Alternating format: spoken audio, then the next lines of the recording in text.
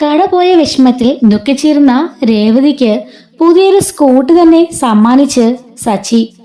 അങ്ങനെ ആ സ്കൂട്ടിയില് പൂക്കച്ചവടം ആരംഭിക്കുകയാണ് കേട്ടോ നമ്മുടെ രേവതി. എന്തായാലും പഴയ കച്ചവടത്തിനേക്കാളും കൂടുതൽ കച്ചവടം അവൾക്ക് ഇതിൽ നിന്നും ലഭിക്കുന്നുണ്ട്. പലരും ഫോൺ വിളിച്ച് ഓർഡർ പറയുമ്പം കൊണ്ടു കൊടുക്കുകയാണ് കേട്ടോ ചെയ്യുന്നത്. അങ്ങനെ അവൾ ആ സ്കൂട്ടിയും കൊണ്ട് അവളുടെ വീട്ടിലേക്കൊക്കെ പോകുന്നുണ്ട്. വഴിയിൽ വെച്ച് കാണുന്ന എല്ലാ ബന്ധുക്കളോടും സുഹൃത്തുക്കളോടും ബന്ധുക്കാരോടും എല്ലാവരോടും അവൾ ഈ കാര്യത്തെക്കുറിച്ച് പറയാണ്. എല്ലാവരും സച്ചിമോൻ മോളുടെ ഭാഗ്യമാണെന്നൊക്കെ പറഞ്ഞ് എല്ലാവരും അവളെ അഭിനന്ദിക്കുന്നുണ്ട്. സ്കൂട്ടി എന്തായാലും കൊള്ളാം, നല്ല ഭംഗിയുണ്ട് കാണാനായിട്ട്. ഇനി മോളുടെ കച്ചവടം വെച്ചൊരു കയറ്റായിരിക്കും. ഇനി ഞങ്ങൾക്കൊക്കെ വേണമെങ്കിൽ മോളെ വിളിച്ചാൽ മതിയല്ലോ എന്നും പറയുന്നുണ്ട്. അങ്ങനെ അമ്മയാണെങ്കിൽ അവളെ അകത്തേക്ക് കൊണ്ടുപോകുന്നുണ്ട്. ഇത് കണ്ടോണ്ടെന്ന് അനിയും പറയുന്നുണ്ട്, ഓ ഇത് വലിയ കാര്യമൊന്നുമല്ല, നീ അവന് ബൈക്കല്ലേ എടുത്തു കൊടുത്തത്, അപ്പ അവൻ നിനക്ക് സ്കൂട്ടി തന്നു, അത്രേ ഉള്ളൂ, അതില് കൂടുതൽ പറയാനൊന്നുമില്ല എന്ന് പറയുമ്പം അമ്മ പറയുന്നുണ്ട്, മിണ്ടാതിരിടെ അങ്ങോട്ട്, അവന്റെ അഹങ്കാരം.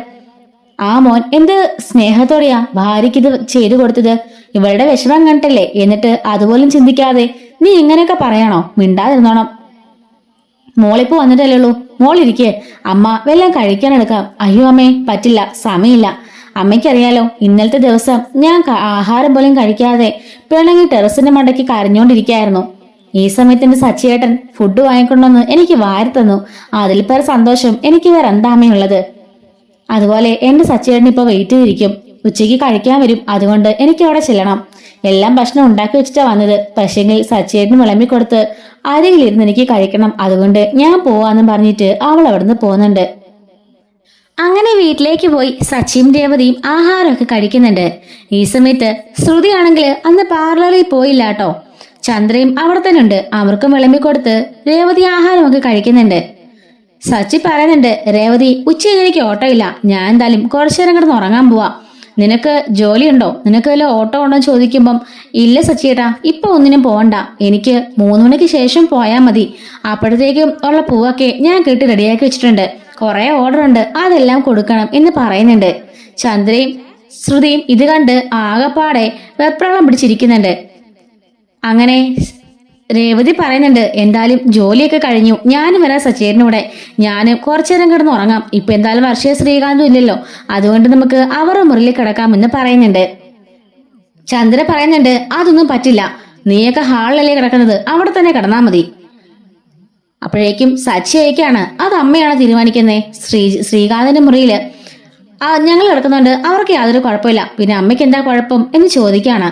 അത് മാത്രമല്ല ഇപ്പൊ ഞങ്ങൾ കിടക്കണോ വേണ്ടെന്നൊക്കെ തീരുമാനിക്കുന്നത് ഞങ്ങളാ, രേവതിക്കിനോട് ജോലിയൊന്നും ഇല്ലല്ലോ, അങ്ങനെ എന്തെങ്കിലും ജോലി ഉണ്ടെങ്കിലേ ദാ ഇവിടെ പൗഡറുടെ തിരിപ്പുണ്ടല്ലോ, ഏടത്തോട് പറഞ്ഞാൽ മതി, ഏട്ടത്ത് ചെയ്തു തരും, അല്ലാതെ വെറുതെ രേവതി വിളിക്കാൻ നോക്കണ്ട. അതല്ല ഇനി രേവതി എങ്ങാനെ വിളിച്ച് ശല്യപ്പെടുത്താൻ ആ ഭാവങ്ങളുണ്ടല്ലോ, 2 എണ്ണം എന്നത് ശരിക്കും മേടിക്കും എന്ന് സച്ചി പറയുന്നുണ്ട്. അങ്ങനെ ശ്രുതിയും ചന്ദ്രയും ഒന്നും മിണ്ടായിരുന്നു കഴിച്ചിട്ട് പോകുന്നുണ്ട്. രേവതി ആണെങ്കിൽ അടുക്കളയിൽ പാത്രമൊക്കെ കഴുകി വെച്ചിട്ട് സച്ചി അടുത്തേക്ക് പോവാണ്.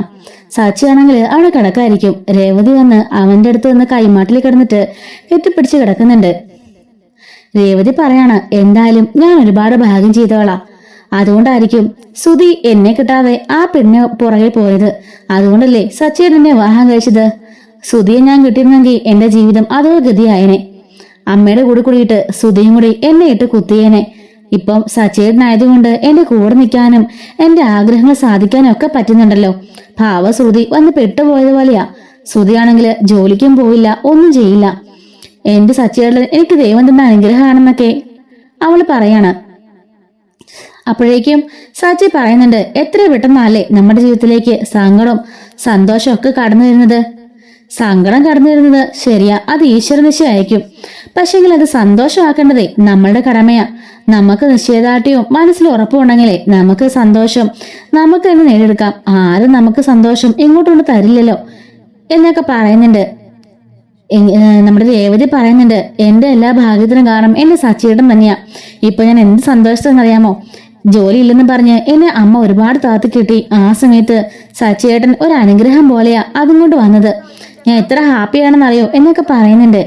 എന്തായാലും എന്റെ വരുമാനം നിലയ്ക്കാതെ സച്ചിയേട്ടൻ എന്നെ കാത്തല്ലോ, എന്റെ മനസ്സിലെ ആഗ്രഹമൊക്കെ സാധിച്ചെന്നല്ലോ, ഒരുപാട് നന്ദിയുണ്ടെന്നൊക്കെ പറഞ്ഞ് അവർ രണ്ടുപേരും കെട്ടിപ്പിടിച്ചവരെ കിടക്കുന്നുണ്ട്.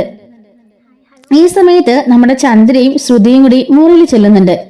ആ സമയത്ത് ചന്ദ്ര പറയാണ്, നമ്മൾ വിചാരിച്ച പോലെ നടന്നില്ലല്ലോ എന്നൊക്കെ പറയുന്നുണ്ട് കേട്ടോ.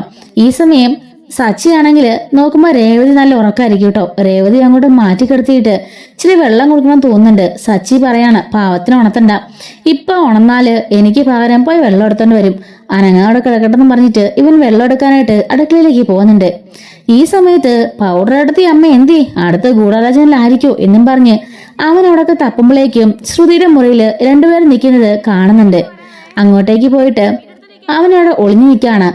ശ്രുതി പറയുന്നുണ്ട്, അമ്മേ നമ്മുടെ പ്ലാനിങ് ഒന്നും ഏറ്റില്ലല്ലോ. ശരിയാ മോളെ, ഒന്നും ഏറ്റില്ല, ഞാൻ ഓർത്തതാ. ഇന്നലത്തോടുകൂടി അവളുടെ അഹങ്കാരം ശമിച്ചു ആ കട കൊണ്ടുപോയപ്പോ എന്ത് സന്തോഷം എന്നറിയാം അമ്മയ്ക്ക്. ഞാൻ അവിടെ കിടന്ന് തുള്ളിച്ചാടുമല്ലായിരുന്നോ? എത്ര പെട്ടെന്ന് ആ സന്തോഷമൊക്കെ ഇല്ലാതായത്. അവൻ എവിടുന്ന് കിട്ടി മോളെ ഇങ്ങനത്തെ ഐഡിയ ഒക്കെ എന്ന് ചോദിക്കുമ്പോ അമ്മയെ സത്യമായിട്ടും ഞാനൊരിക്കലും അങ്ങനെ ചിന്തിച്ചിട്ട് കൂടിയില്ല. ഇവന്റെ തലയിൽ ഇത്രയ്ക്കും ബുദ്ധിയുണ്ടോ എന്ന് അവള് പറയുന്നുണ്ട്. എന്തായാലും മോളെ നമ്മുടെ മേലെ അവന് ചെറിയ സംശയമൊക്കെ ഉണ്ട്. അയ്യോ അതെ അമ്മേ, അത് ഞാനും പറയാനിരിക്കായിരുന്നു. അവൻ കണ്ടോ പല സമയത്തും അയാളാണെങ്കിൽ എന്നെ നോക്കുമ്പോഴൊക്കെ എനിക്ക് ഭയങ്കര പേടിയാവുന്നുണ്ട്. നമ്മളാണെന്നങ്ങനെ അറിഞ്ഞാലേ അടുത്ത നിമിഷം നമുക്കിട്ട് അടി വീഴുന്ന് പറയാണ്. അതേ മോളെ, ഒരിക്കലും അതൊന്നും അറിയാൻ പാടില്ല. അല്ല, മോളുടെ ഫോണിൽ വിളിച്ച കോളൊക്കെ മോള് കളഞ്ഞോ? അതൊക്കെ ഞാൻ അപ്പൊ തന്നെ കളഞ്ഞു. വിളിച്ച് കംപ്ലൈന്റ് ചെയ്ത് നമ്മളാണെന്ന് അറിഞ്ഞാലേ അതോടെ തീർന്നു. സച്ചി നമ്മളെ കൊന്നു കളയും ഇന്ന് ചന്ദ്രയും ശ്രുതിയും കൂടെ പറയുന്നുണ്ട്. ഇതെല്ലാം പുറത്തുനിന്ന് കേട്ട് ആകെ ഞെട്ടി നിൽക്കുകയാണ് നമ്മുടെ സച്ചി. ചന്ദ്ര പറയുന്നുണ്ട്, ആ പൂക്കാരി പിന്നെയും നമ്മളെ ചവിട്ടി തേക്കാണല്ലോ. ഇതൊക്കെ കേട്ട് ആകെപ്പാടെ കാലി പൂണ്ട് നിൽക്കാണോ നമ്മുടെ സച്ചി. ശ്രുതി പറയുന്നുണ്ട്, എന്തായാലും അവന്റെ തലയിൽ ഉദിച്ച ബുദ്ധിയൊന്നും നമ്മുടെ തലയിൽ ഉദിക്കുന്നില്ലല്ലോ. ശ്രുതി എന്താമേ ഇങ്ങനായി പോയത്? ശ്രുതിക്കാണെങ്കിൽ ഒരു കഴിവുമില്ല, ബുദ്ധിയില്ല, ഒന്നുമില്ല, ഒരു ജോലിക്കും പോയില്ല. അവൻ കണ്ടോ അവളുടെ ഭാര്യ ഒന്ന് കരഞ്ഞപ്പോ തന്നെ വണ്ടി വാങ്ങിച്ചെന്ന് കൊടുത്തത് എന്ത് സ്നേഹാന്ന് നോക്കിക്കേ. എന്നോട് ശ്രുതിക്ക് ഒരു സ്നേഹവും ഇല്ല. കള്ളവും പറഞ്ഞ് ഉള്ള കാശുകളും പഠിച്ചിട്ട് പോകാനേ ശ്രുതിക്ക് അറിയുള്ളൂ എന്നൊക്കെ പറയുന്നുണ്ട്. മോളവനെ കൊച്ചാക്കിയൊന്നും കാണണ്ട. അവന്റെ ഇപ്പത്തെ സമയദോഷം കൊണ്ടാ. അവനാണെങ്കിലോ ശുക്രന് ഉച്ചിൽ ഉദിച്ചു നിൽക്കാതെ തോന്നുന്നു. അല്ലാതെ എന്ത് പറയാനാ? അവളുടെ ഭാഗ്യം ശ്രുതി എങ്ങാണം അവളെ കിട്ടിയിരുന്നെങ്കിൽ ഇപ്പൊ നാലേശ് നോക്കിയേ. ശ്രുതിയാണെങ്കിൽ ഇതുപോലെ ജോലിക്ക് പോകാന്നെങ്കിൽ അവൾ നോക്കേണ്ടി വരുന്നില്ലായിരുന്നോ? അവക്ക് കിട്ടിയ ലെക്ക അമ്മേ സച്ചി എന്ന് പറയുന്നുണ്ട്. ചന്ദ്രയ്ക്ക് അതങ്ങോട്ട് ഇഷ്ടപ്പെടുന്നില്ല കേട്ടോ. ശ്രുതിയാണെങ്കിൽ ശ്രുതി താത്തിക്കിട്ടുന്നത് ചന്ദ്രയ്ക്കൂട്ട് സഹിക്കാൻ പറ്റുന്നില്ല. അപ്പോഴേക്കും കഥകം തോന്നുന്നൊരു മാസ് എൻട്രിയാണ് നമ്മുടെ സച്ചിയുടെ. സച്ചിയെ കണ്ടപാടെ അന്തം വിട്ട് നിൽക്കുകയാണ് നമ്മുടെ ശ്രുതിയും ചന്ദ്രയും. അല്ല നീ എന്താടാ ഇവിടെ? പൗഡർ എടുത്തി അമ്മ എന്ത് പറഞ്ഞറിയാൻ വേണ്ടിയേ ഞാൻ വന്ന് ഒളിഞ്ഞു നിൽക്കായിരുന്നു. എന്തായാലും ഞാനെല്ലാം കേട്ടു. നിനക്ക് മാനേഴ്സ് ഇല്ലേ? ഒരാളുടെ മുറിയുടെ വാതിൽക്ക് വന്നിങ്ങനെ ഒളിഞ്ഞു കേൾക്കാൻ. മാനേഴ്സുള്ള പൗഡർ എടുത്ത് ചെയ്ത കാര്യങ്ങളൊക്കെ ഞാൻ അറിഞ്ഞു. ഫോം വിളിച്ച് വീട്ടിലുള്ളവർക്ക് തന്നെ കംപ്ലൈന്റ് കൊടുത്ത് അവരുടെ ജോലി ഇല്ലാക്കുന്നാക്കുന്നതാണല്ലോ നിന്റെയൊക്കെ മാനേഴ്സ്. അത്രത്തോളം തരുന്നാണെന്നും ഞാൻ പോയിട്ടില്ലടി എന്ന് പറയുന്നുണ്ട്. അപ്പോഴേക്കും ചന്ദ്ര അങ്ങോട്ട് ഇറങ്ങിപ്പോടാ, വെറുതെ കിടന്ന് അവളോട് വഴക്കുണ്ടാക്കണ്ട, ഞാൻ പറഞ്ഞിട്ടാ അവള് ചെയ്തത്. എനിക്കറിയാം അമ്മ അതിന്റെ പിന്നിലെന്ന് എനിക്ക് നന്നായിട്ടറിയാം എന്ന് പറയുന്നുണ്ട്. അപ്പോഴേക്കും ബഹളം കേട്ട് അച്ഛൻ അങ്ങോട്ടേക്ക് വരുന്നുണ്ട്. സൗണ്ട് കേട്ട് രേവതിയും ചാടി ഇറങ്ങി വീഴാണ് കേട്ടോ.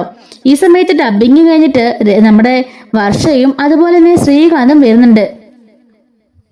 എല്ലാവരും ചോദിക്കാണ് എന്താ പ്രശ്നം. അപ്പോഴേക്കും രവീന്ദ്രൻ ചോദിക്കുന്നുണ്ട്, സച്ചി മോനെ എന്താ പ്രശ്നം? മോൻ എന്തിനാ വഴക്കുണ്ടാക്കുന്നേ? അച്ഛാ ഇവർ ചെയ്ത പ്രവൃത്തി കണ്ടോ? ആര് ചെയ്ത പ്രവൃത്തി? എന്ത് പ്രവൃത്തി ചെയ്തു? നമ്മുടെ രേവതിയുടെ കട പൊളിച്ചിട്ട് പോയതിന് കാരണക്കാരാരെന്നറിയാവോ? ഈ നിൽക്കുന്ന എന്റെ അമ്മയെന്ന് പറയുന്നവരും ഈ നിൽക്കുന്ന പൗഡർ ഇടത്തി. അപ്പോഴേക്ക് ശ്രുതി അങ്ങോട്ടേക്ക് വരുന്നുണ്ട്. ശ്രുതി പറയുന്നുണ്ട്, സച്ചി ആവശ്യമില്ലാതെ എന്റെ ഭാര്യ ഇതിലേക്കൊന്നും വലിച്ചിഴക്കില്ല കേട്ടോ. അവൾ അങ്ങനൊന്നും ചെയ്യില്ല. അവളങ്ങനൊന്നും ചെയ്യാത്ത പുണ്യാളത്തി. രണ്ടുപേരും കൂടി മുറിയെന്ന് പറഞ്ഞതേ ഞാൻ കേട്ടതാ. ഇതൊരിക്കലും സച്ചി അറിയിരുന്നു. രേവതിയുടെ കട പൂട്ടിച്ച് അവളുടെ അഹങ്കാരം കുറയ്ക്കാനും കൂടി ചെയ്തതാ ഇതൊക്കെ. കോർപ്പറേഷനെ വിളിച്ച് കംപ്ലൈന്റ് ചെയ്യാനുള്ള ഐഡിയ ഒക്കെ നിന്റെ ഭാര്യ ശ്രുതിയുടെ ആടാ. ഞാൻ അപ്പോഴേ പറഞ്ഞില്ലേ, ക്രിമിനൽ മൈൻഡുള്ള ഒരാൾക്ക് മാത്രമേ ചെയ്യാൻ പറ്റുള്ളൂന്ന്.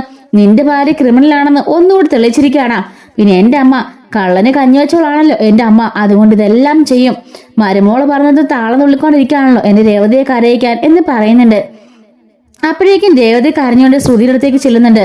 ചോദിക്കാണ്, ശ്രുതി, നിന്നെ പോലെ തന്നെ വിവാഹം കഴിച്ച് ഒരു വീട്ടിലേക്ക് ജീവിക്കാൻ വന്നോളാണ് ഞാൻ. നിന്റെ ബ്യൂട്ടി പാർലർ ഇതുപോലെ കംപ്ലൈന്റ് കൊടുത്ത് ആരെങ്കിലും പൂട്ടിക്കെന്തെങ്കിലും ചെയ്താൽ നിനക്ക് എന്തുമാത്രം ബുദ്ധിമുട്ടാവും. അതുപോലെ തന്നെയുള്ളൂ ശ്രുതി എന്റെയും. നീ കാശ് മുടക്കി AC-യും വെച്ച് അത്രയും രൂപയ്ക്ക് നീ ചെയ്യുന്നുണ്ട്. പക്ഷെ ഞാൻ അങ്ങനൊന്നുമല്ല. വഴിയോരത്ത് തുച്ഛമായ ലാഭത്തിനു വേണ്ടി ചെയ്യുന്നതാ. അതെന്റെ തൊഴില, ഞങ്ങളുടെ വരുമാനമാണ്. അത് നീ ഇല്ലാതാക്കാൻ നോക്കിയില്ലേ ശ്രുതി? ദൈവം പോലും നിന്നോടൊന്നും പൊറുക്കില്ലെന്ന് പറയുന്നുണ്ട്. ചന്ദ്ര പറയാണ്, ഓ വലിയ പൂക്കട എന്നുവെച്ചാൽ ലുലുമാളല്ലായിരുന്നോ? ഒരു പാഴായി പോയൊരു പൂക്കടയല്ലേ? അത് പോയതോടുകൂടി വീടിനൊരു ഐശ്വര്യമായി. അല്ലെങ്കിൽ വീടിന് മുമ്പിൽ നിന്നുണ്ട് എല്ലാവരും ഞങ്ങൾ പഴിക്കായിരുന്നു എന്ന് പറയുമ്പോഴേക്കും സച്ചി പറയുന്നുണ്ട്, മിണ്ടി പോവരുത്, രണ്ടിനെയും എന്ത് ചെയ്യുന്നറിയാമോ എന്നും ചോദിച്ച് അമ്മയുടെ നേരെയും ശ്രുതിയുടെ നേരെയും സച്ചി കൈ ഓങ്ങിക്കൊണ്ട് പോവാണ്. അച്ഛൻ പറയുന്നുണ്ട്, ശ്രുതി, സച്ചി നിർത്തടാ. എന്തായാലും ഈ രണ്ട് വിവരദോഷികൾ ചെയ്തുകൊണ്ട് ഒരു പ്രയോജനം ഉണ്ടായില്ലേ? വിവരദോഷികൾ വിളിക്കുമ്പോഴേക്കും ശ്രുതിയും അമ്മയും പരസ്പരം നോക്കാണ്. അതെ, നിങ്ങളെ തന്നെയാ പറഞ്ഞത്. രണ്ടും ഒരു വീട്ടിൽ നിന്നിട്ട് മറ്റുള്ളവർക്കൂടെ പാരപണി നോക്കുന്ന നാശജന്മങ്ങൾ നിങ്ങളാണ്. ഈ കുടുംബത്തിലെ ഏറ്റവും വലിയ ശകുനം എന്നൊക്കെ അച്ഛൻ പറയുന്നുണ്ട്. ഈ കുടുംബത്തിന് വന്നു കയറിയ ഇതാണെന്നൊക്കെ വെച്ചാൽ നമ്മുടെ ഐശ്വര്യമില്ലായ്മയാണ് ശ്രുതി എന്നൊക്കെ അച്ഛൻ പറയുന്നുണ്ട്. എന്നിട്ട് അച്ഛൻ പറയുന്നുണ്ട്, അതുകൊണ്ടാണല്ലോ മോനെ നിനക്ക് ഇങ്ങനൊരു ഐഡിയ തോന്നിയത്. അവൾക്ക് എന്തായാലും ഇവിടെ ഇരുന്ന് പൂവയ്ക്കുന്നതിലും ലാഭം ഇതുപോലെ സ്കൂട്ടിയിൽ അവളെ മൊബൈൽ പൂക്കടയിൽ നിന്നും ലഭിക്കുമെന്നൊക്കെ അച്ഛൻ പറയുന്നുണ്ട്. വർഷ പറയാണ്, അതേ സച്ചിയേട്ടാ, ഇപ്പോഴുള്ളതിനേക്കാളും ലാഭം ഈ ഒരു കടയിൽ ഈ ഒരു സ്കൂട്ടിയിൽ ഇതിൽ നിന്നും ചേച്ചിക്ക് കിട്ടുമെന്ന് വർഷ പറയുന്നുണ്ട്. വർഷ പറയാണ്, നിങ്ങൾക്കൊന്നും നാണയില്ലേ? രേവതി ചേച്ചി എന്താ അധ്വാനിച്ച ആ കട നടത്തിക്കൊണ്ടെന്നേ. ചെറിയ വരുമാനമാണെങ്കിലും ചേച്ചി അതുകൊണ്ട് സംതൃപ്തിയായിരുന്നു. എന്തുമാത്രം കാര്യങ്ങളാ അവരതിലൂടെ നടത്തിയത്. എന്നിട്ട് നാണമില്ലാതെ അത് മുടക്കാൻ നിങ്ങൾ നോക്കിയല്ലോ. അമ്മയെ ഓർക്കുമ്പോ തന്നെ എനിക്ക് നാണക്കേട് തോന്നുക എന്ന് പറഞ്ഞ് വർഷ അകത്തേക്ക് കയറി പോകുന്നുണ്ട്. ശ്രീകാന്ത് പറയാണ്, എന്താ അമ്മ ഇങ്ങനെ തരംതാണ് പോകുന്നത്? ഇവരുടെ കൂടെ കൂടി അമ്മ അങ്ങനെ ആയി പോവാണോ എന്നും ചോദിച്ചിട്ട് അവനും അകത്തേക്ക് കയറി പോവാണ്. ചന്ദ്രയോടും ശ്രുതിയോടും രവി പറയുന്നുണ്ട്, പിന്നൊരു കാര്യം, രണ്ടുപേർക്കും ഇന്നത്തെ ദിവസം ഇവിടുന്ന് പച്ച വെള്ളം തരില്ല. അതായിരിക്കും ശിക്ഷ. അന്ന് മൊത്തം രേവതി മോള് ഭക്ഷണം കഴിക്കാതെ കരഞ്ഞുകൊണ്ടിരുന്നപ്പോ രണ്ടെണ്ണത്തിനും നല്ല സന്തോഷമല്ലായിരുന്നോ? അതുകൊണ്ടേ ഇന്നൊരു ദിവസം മുഴുവനും നാളെ രാവിലെ ഇല്ലാതെ ഒരു പച്ചവെള്ളം പോലും ഈ വീട്ടിൽ നിന്ന് രണ്ടുപേരും കുടിച്ചു വയ്ക്കരുത്. അതാണ് നിങ്ങൾക്കുള്ള ശിക്ഷ. അതിലും മീതെ നിങ്ങൾ എന്തിനെ കഴിക്കാനോ കുടിക്കാനോ ശ്രമിച്ചാ രണ്ടിനെയും അടിച്ച് പുറത്താക്കും എന്ന് പറഞ്ഞിട്ട് രവി അകത്തേക്ക് കയറി പോവാണ്. സച്ചി പറയുന്നുണ്ട്, ഇതൊന്നും അല്ല ഞാൻ നിങ്ങൾക്ക് തരാൻ പോകുന്ന ശിക്ഷ. എന്തായാലും അത് വഴിയെ രണ്ടുപേർക്ക് മനസ്സിലാവും. രണ്ടുപേരും ഞാൻ അനുഭവിക്കാൻ പോകുന്നേ ഉള്ളൂ. എന്റെ രേവതിയുടെ കണ്ണീരിന് നിങ്ങൾ ഉത്തരം പറയേണ്ടി വരും എന്നും പറഞ്ഞ് സച്ചിൻ ദേഷ്യപ്പെട്ട് പോകുന്നുണ്ട്. ചന്ദ്ര അവളോട് പറയുന്നുണ്ട്, ആകെപ്പാടെ എല്ലാം കുരിശായില്ല മോളെ. എങ്കിലും ആ സമയത്ത് അവൻ വരുമെന്ന് ആരെങ്കിലും കരുതിയോ? അത് അമ്മേ, അച്ഛൻ എന്നെ പറഞ്ഞു കേട്ടോ, ഈ വീട് മുടിപ്പിക്കാനായിട്ട് വന്ന അസത്താ ഞാനെന്ന്.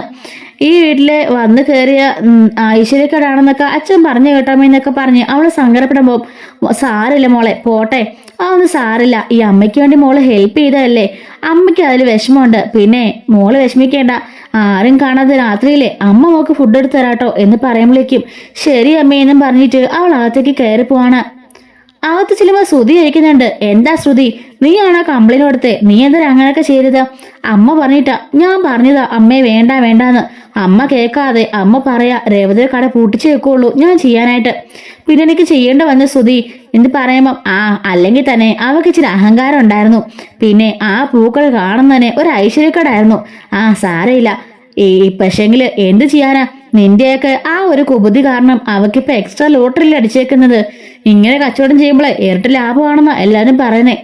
അതേ ശ്രുതി, എന്ത് ചെയ്യാനാ? കണ്ടോ, സച്ചി അവന്റെ ഭാര്യ ഒന്ന് സങ്കടപ്പെട്ടപ്പോ തന്നെ അതെല്ലാം വാങ്ങിച്ചു കൊടുത്തത് കണ്ടോ? ഇതുവരെ ശ്രുതി എനിക്ക് എന്തെങ്കിലും വാങ്ങിച്ചു തന്നിട്ടുണ്ടോ? അത് പിന്നെ ശ്രുതി, എനിക്കൊരു ജോലി പോലും ഇല്ലെന്ന് നിനക്കറിയില്ലേ? പിന്നെ നീ ഇങ്ങനെ പറഞ്ഞ ഞാൻ എന്ത് ചെയ്യാനാന്ന് ശ്രുതി സങ്കടപ്പെട്ട് ചോദിക്കുന്നുണ്ട്. മുറിയിലേക്ക് ചെന്നിട്ട് രേവതി പറയാണ്, എങ്കിലും സച്ചിയേട്ടാ അവരങ്ങനെ ചെയ്തല്ലോ. സച്ചി പറയാണ്, എനിക്കതിൽ ഒരു അത്ഭുതം തോന്നില്ല. ഈ സംഭവം അറിഞ്ഞിവിടെ വന്നപ്പോ തന്നെ എനിക്ക് മനസ്സിലായതാ ഇതില് പൗഡറേട്ടത്തിന്റെയും എന്റെ അമ്മയുടെയും കളിയുണ്ടെന്ന്. അതുകൊണ്ടാണ് നീ അവർ മുമ്പിൽ തോൽക്കാതിരിക്കാൻ ഞാൻ ഏതറ്റം വരെ പോണം തീരുമാനിച്ചത്. അതുകൊണ്ട് ദൈവം എനിക്കൊരു വഴികാട്ടി തന്നു. ഇപ്പൊ എന്തായാലും കള്ളിമാരെ കൈയോടെ പിടികൂടിയല്ലോ, അത് മതി. എന്തായാലും അത് നല്ലതിനാണെന്ന് കരുതിയാൽ മതി രേവതി. ഇവിടെ ഇരുന്ന് പൂ നെയ്യുന്നതിനെക്കാട്ടിലും നിനക്ക് കൂടുതൽ വരുമാനം ഇതിലൂടെ കിട്ടും. അതുകൊണ്ട് ദൈവം മനഃപൂർവ്വം എന്നെക്കൊണ്ട് തോന്നിച്ചായിരിക്കുമെന്ന് കണക്കാക്കിയാൽ മതിയെന്ന് സച്ചി രേവതിയോടും പറഞ്ഞ് സമാധാനിപ്പിക്കുന്നുണ്ട്.